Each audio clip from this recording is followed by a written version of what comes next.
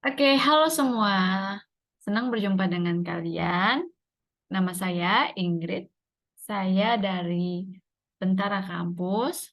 Saat ini saya sedang melakukan penilaian tengah semester. Nah, tugas ini dengan membuat video presentasi.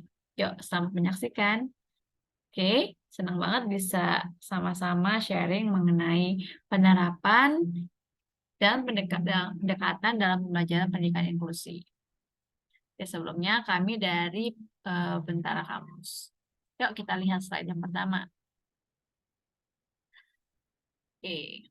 Undang-Undang Nomor 8 Tahun 2006 yang menyatakan bahwa Negara Kesatuan Republik Indonesia menjamin kelangsungan hidup setiap warga negara termasuk para penyandang disabilitas yang mempunyai kedudukan hukum dan memiliki hak asasi manusia yang sama sebagai warga negara Indonesia dan sebagai bagian yang tidak terpisahkan dari warga negara dan masyarakat Indonesia. Merupakan amanah dan karunia Tuhan Yang Maha Esa untuk hidup maju berkembang secara adil dan bermartabat. Nah, sudah jelas ya, sudah ada undang-undangnya. Oke, dari UU nomor 8 2016. Artinya bahwa sebagian besar penyandang disabilitas di Indonesia dalam kondisi rentan, terbelakang, atau miskin disebabkan masih adanya pembatasan, hambatan, kesulitan, pengurangan, atau penghilangan hak penyandang disabilitas. Nah, jadi segala jenis golongan hambatan itu mereka berhak untuk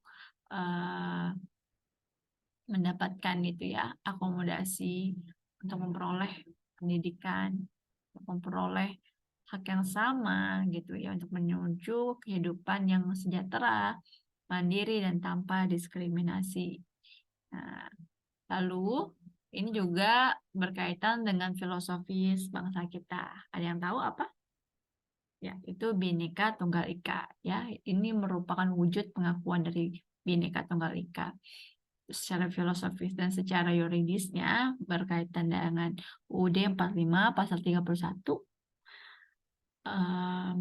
yang pasal 1 dan 2 mengatakan hak dan kewajiban untuk mendapatkan pendidikan. Lalu ada juga kita ingat di UU nomor 23 tahun 2002 tentang perlindungan anak, UU 20 tahun 2003 tentang sistem pendidikan nasional, UU nomor 8 tentang penyandang disabilitas dan banyak lagi.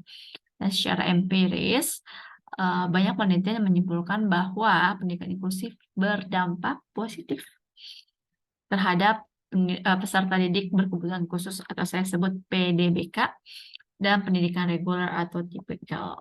Nah, prinsipnya itu ada 4 yang saya buat itu dari saya mendapatkan ini dari pelatihan ya pendidikan inklusi menyatakan bahwa ada ATAP ATAP apa sih itu ATAP ada atau present.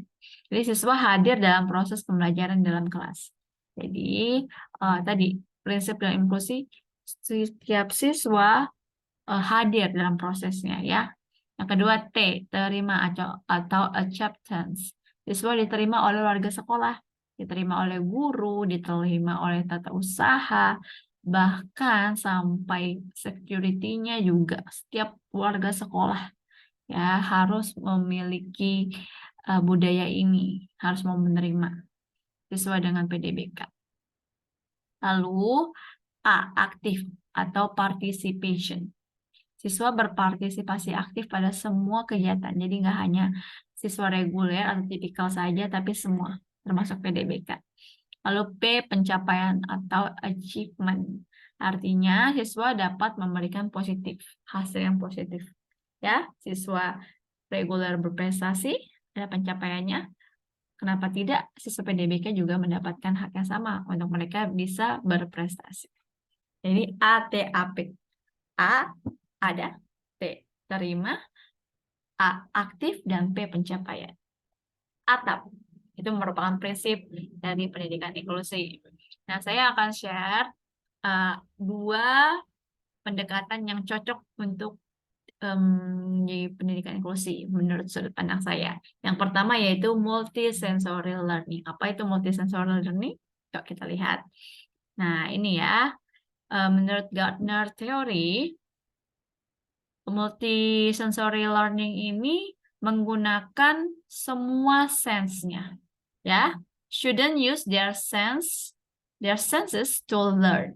Jadi sebagaimana yang kita tahu bahwa ada berapa macam ya panca indera yang kita miliki.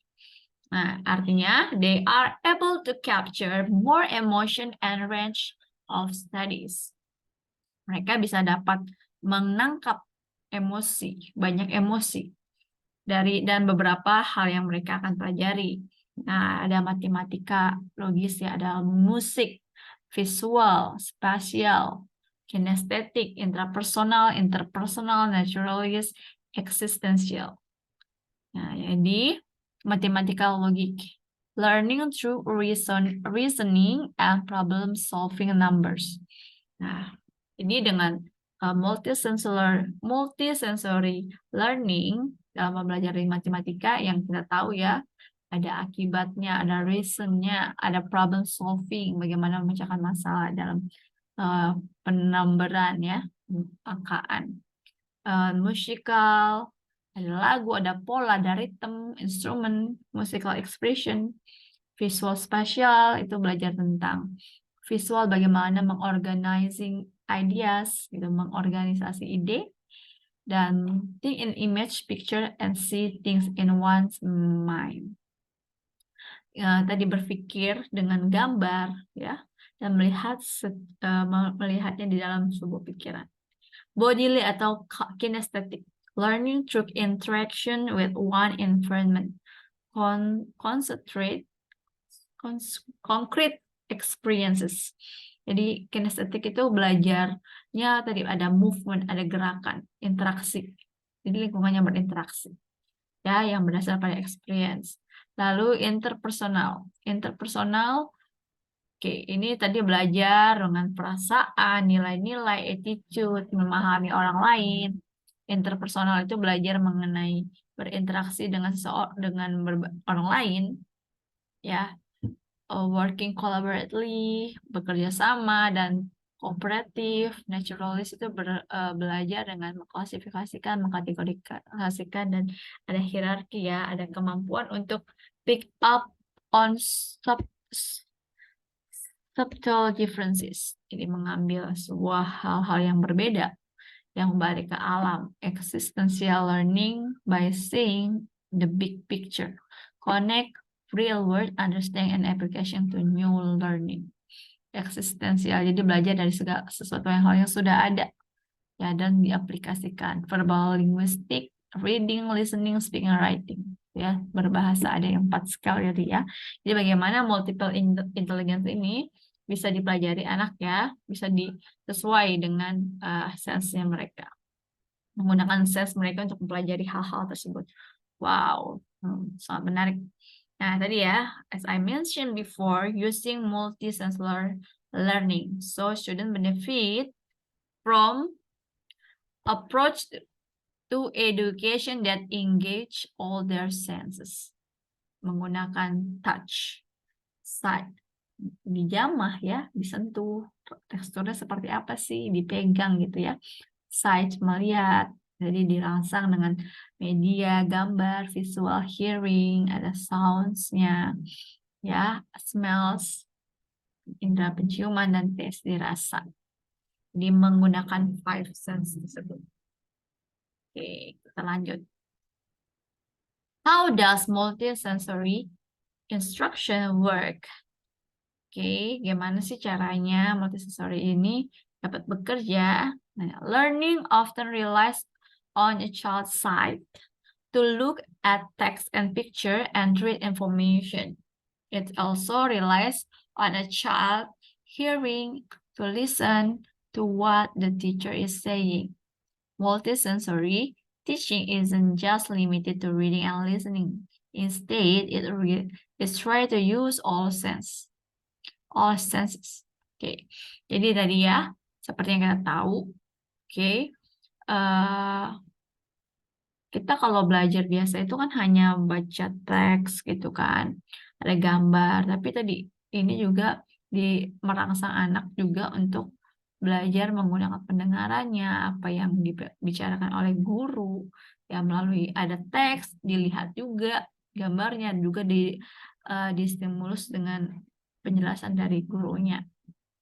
Nah, jadi nggak terbatas kepada baca dan mendengar aja, tapi mencoba menggunakan seluruh indera kita gitu ya dalam mempelajari. Ada merasa, mencium, dijamah, dilihat, didengar, dan ada pergerakan. Oke, jadi kids with learning and attention issues can have trouble learning through just reading or listening. Kan ada beberapa banyak distraction ya. Kalau cuma baca sama dengar konsentrasi kurang terstimulus, kurang nangkep gitu. Jadi ada karena perhatiannya gitu ya, kurang memperhatikan. Yang kedua, multi-sensory instruction can help kids learn information more effectively. Oke? Jadi kita belajar lebih efektif karena menggunakan semua panca indera. Jadi ke rekamnya di otak kita anak gitu lebih cepat dan lebih lama gitu ya. Karena menggunakan pendengaran, sentuh juga rasanya gimana sih gitu. Terus dicium, ya misalnya. Kayak misalnya mempelajari bunga kan. Oh, bunga itu seperti apa? Oh, warnanya warna merah. Disentuh, oh ada durinya, dia rasain, dicium, smellsnya is wangi, terus didengar gitu kan. Bisa sambil nyanyi mawar. Sekuntum mawar merah gitu. It's for example. All kids can benefit from multisensory instruction. Banyak manfaat yang dipelajari dari multisensory ini ya. Nah, yang kedua nih pilihannya adalah multicultural education. Multicultural. Tadi multisensory berarti sensorinya banyak ya. Yang ini multicultural berarti banyak culture. Culture artinya apa sih? Yuk kita lihat. Budaya. Ya. Apa sih multicultural education? Multicultural education. Okay, what is that? Multicultural education describes a system of instruction that attempts to foster a culture of pluralism and acknowledge the differences between races and cultures. It addresses the educational needs of a society that contains more than one set of traditions, that is a mixture of many cultures. Jadi ya, multicultural education, jadi kita tahu bangsa kita lah ya banyak banget budayanya, banyak banget rasnya, kulturnya, sosialnya. Nah ini dialamatkan untuk tadi memenuhi kebutuhan peserta didik sesuai dengan sosial mereka. Karena kita tahu bahwa tradisi kita itu lebih dari satu, ya mix, banyak banget ya, many cultures. Jadi melakukan pendekatan sesuai dengan background mereka. Oke. Nah, karakteristik of multicultural education. First, multicultural education is anti-racist education. Nggak ada diskriminasi ya. Nggak ada rasis-rasisan. Yang kedua, multicultural education is basic education. Dasarnya pendidikan. Third, multicultural education is important for all students. Ya, sangat penting buat semua siswa. Mereka memiliki hak yang sama. Multicultural education is pervasive. Ya, multicultural education is education for social justice. Ya, jadi memiliki hak yang sama, adilan yang sama untuk sosial yang sama. Multicultural education is critical pedagogy. Ya, jadi sangat kritis ya, pengajaran yang kritis gitu ya. Bagaimana anak belajar dari perbedaan dengan perbedaan, gitu kan? Mereka memahami perbedaan suatu hal yang sangat indah. Oke. Nah, benefit multicultural education. Oke, apa sih manfaat-manfaatnya? Oke, for the first, help to eradicate prejudice and racism. Dan dia membantu untuk tadi nggak ada tuh penghakiman atau rasis, ya, nggak ada diskriminasi. Two, the second one is brings different races together in harmony. Ya, kayak kita tahu tadi filosofi dari pendidikan inklusif, filosofi bangsa kita, dimana beda-beda tetap satu dua. Jadi ada keharmonisan di dalam perbedaan. Third, builds interaction between diverse culture. Dia membangun interaksi, walaupun tadi ada diverse culture dengan budaya yang berbeda-beda. Fourth, creates tolerance between two groups. Jadi membangun toleransi di antara kelompok-kelompok yang berbeda, ada toleransi, ada rasa menerima dan menghormati. Ya, yang the fifth, it eradicates cultural barriers. Ada pengkotak-kotakannya. And six, help student develop positive self-image. Jadi ada membangun konsep diri yang benar gitu, mengembangkan suatu hal yang baik ya, yang membantu banget sama siswa itu tadi untuk mempunyai martabat yang konsepnya benar nih budayanya gitu ya. Apa yang mereka budaya yang mereka emban itu mereka bangga dan nggak juga terlalu bangga atau berlebihan gitu, tapi menghargai satu sama lain dan melihat diri dengan baik.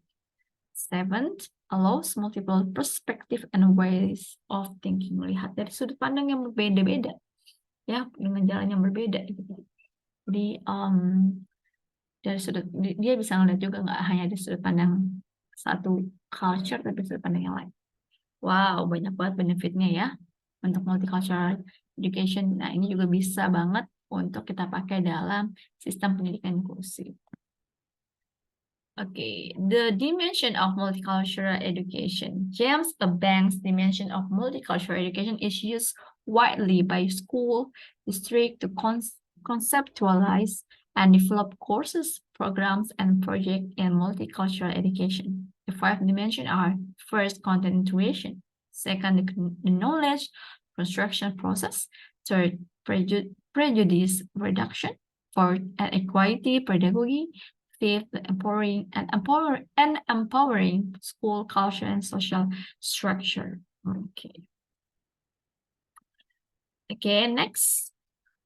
Berikut adalah references atau citation yang saya ambil ya. Semoga bermanfaat. Kita bisa melihat tadi ya dua pendekatan, ada multicultural education and multisensory sense. Mana yang mau kamu pakai? Yuk, ya. Oke, kita berharap pendidikan inklusi ini dan budaya inklusi dapat segera merata, dapat diterima, dapat dijalankan dengan baik. Karena education is for all. Thank you for your attention. See you.